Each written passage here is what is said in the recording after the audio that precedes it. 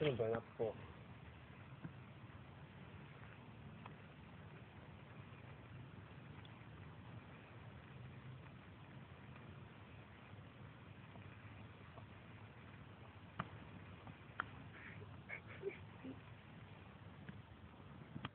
You've got these fucking cheese.